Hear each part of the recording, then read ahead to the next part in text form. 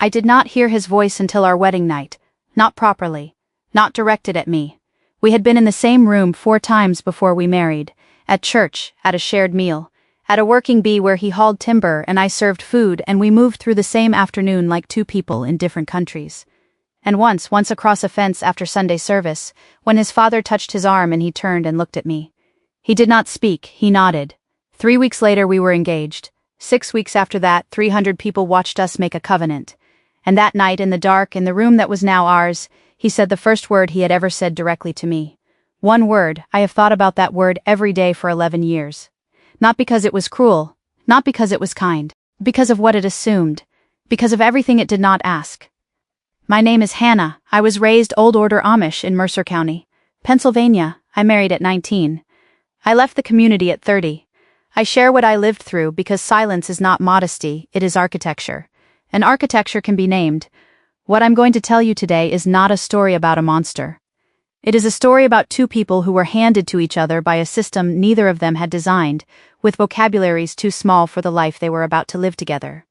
I want to be precise, I want to be honest, and I want to say the thing that took me a decade to be able to say.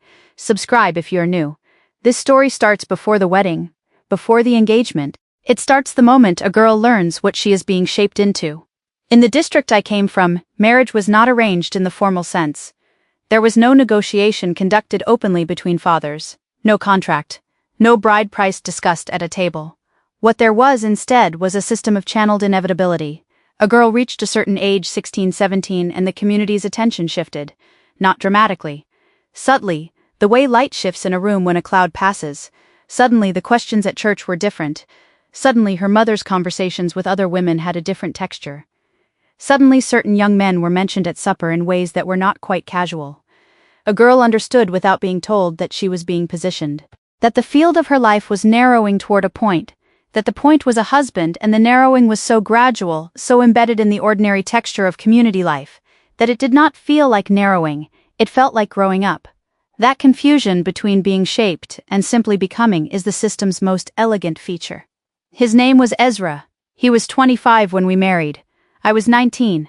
I became aware of him the way you become aware of weather, gradually, from multiple directions, until his name was simply present in the air of my life without my being able to identify the exact moment it arrived.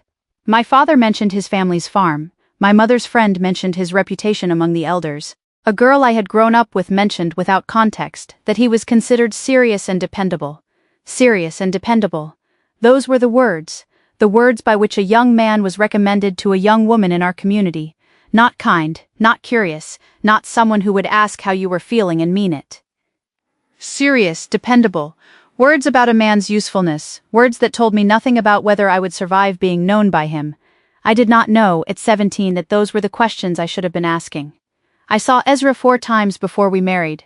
The first time was at church. He was 3 rows ahead of me. I studied the back of his hat for 2 hours and learned nothing. The second time was a shared meal at his family's home.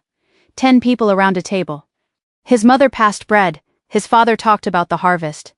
Ezra ate steadily and spoke when the men spoke and looked at his plate when the women were speaking, which was the correct behavior, the expected behavior, the behavior that marked him as a man who understood the order of things. I watched him and thought, I do not know this person at all, and then I thought, but perhaps that is not the point. That second thought is the one I have spent years examining.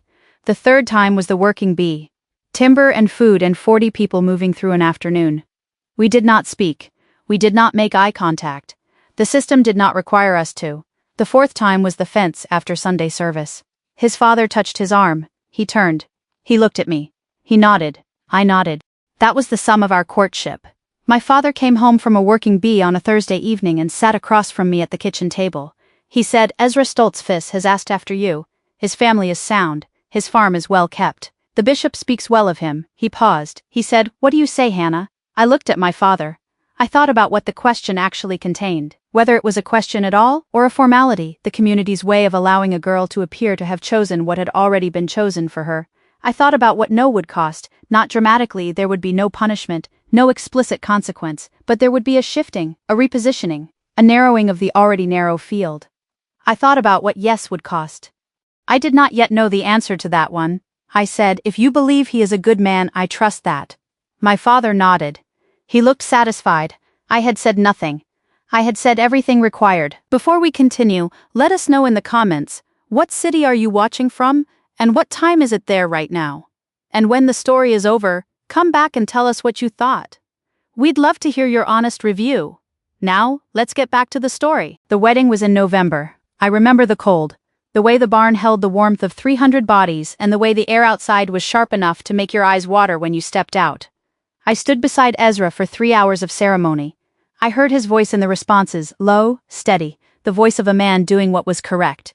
I heard it the way you hear a sound in a room you have just entered, registering it, filing it, not yet understanding what it meant to me. After the ceremony there was food and singing and the long afternoon of a community celebrating a covenant. At some point his hand touched mine briefly, passing something, a dish, I no longer remember what. It was the first time we had touched. I held the feeling of it in my chest like a stone, not warmth, something more complicated than warmth, something that said, this is the person now, this is the person for the rest of your life. And you do not know him. And the knowing will happen from the inside, not the outside, in the ordinary rooms of a life already begun. The guests left, the house settled into its new quiet. I stood at the window for a moment, the fields were dark. The barn lamp was still burning, and then Ezra said the first word he had ever said directly to me. He said, come, one word, not cruel, not angry, not even demanding, exactly. Certain. The certainty of a man who had been raised to understand that this moment was his to direct. That the covenant had settled what came next. That his wife's role in this moment was to follow the direction, not to require a conversation about it. Come. I have turned that word over in my hands for 11 years. What it contained, what it did not contain. It did not contain, are you all right? It did not contain, are you frightened? It did not contain, is there anything you need before we begin this life together? It contained an assumption so complete, so total, so thoroughly installed by the system that produced him, that he did not know it was an assumption. He thought it was simply how you began a marriage. He had never been taught otherwise. I want to be honest about what followed. Not graphically, but honestly. I followed, because I had been raised to follow. Because the entire formation of my girlhood had pointed toward this moment and the correct response to it. Because I had no other word in my vocabulary for what a wife did when her husband said come. Because, underneath all of that, underneath the training and the theology and the 11 years of preparation, I was 19 years old and I was frightened, and I wanted someone to ask me how I was. No one asked. Ezra was not a cruel man.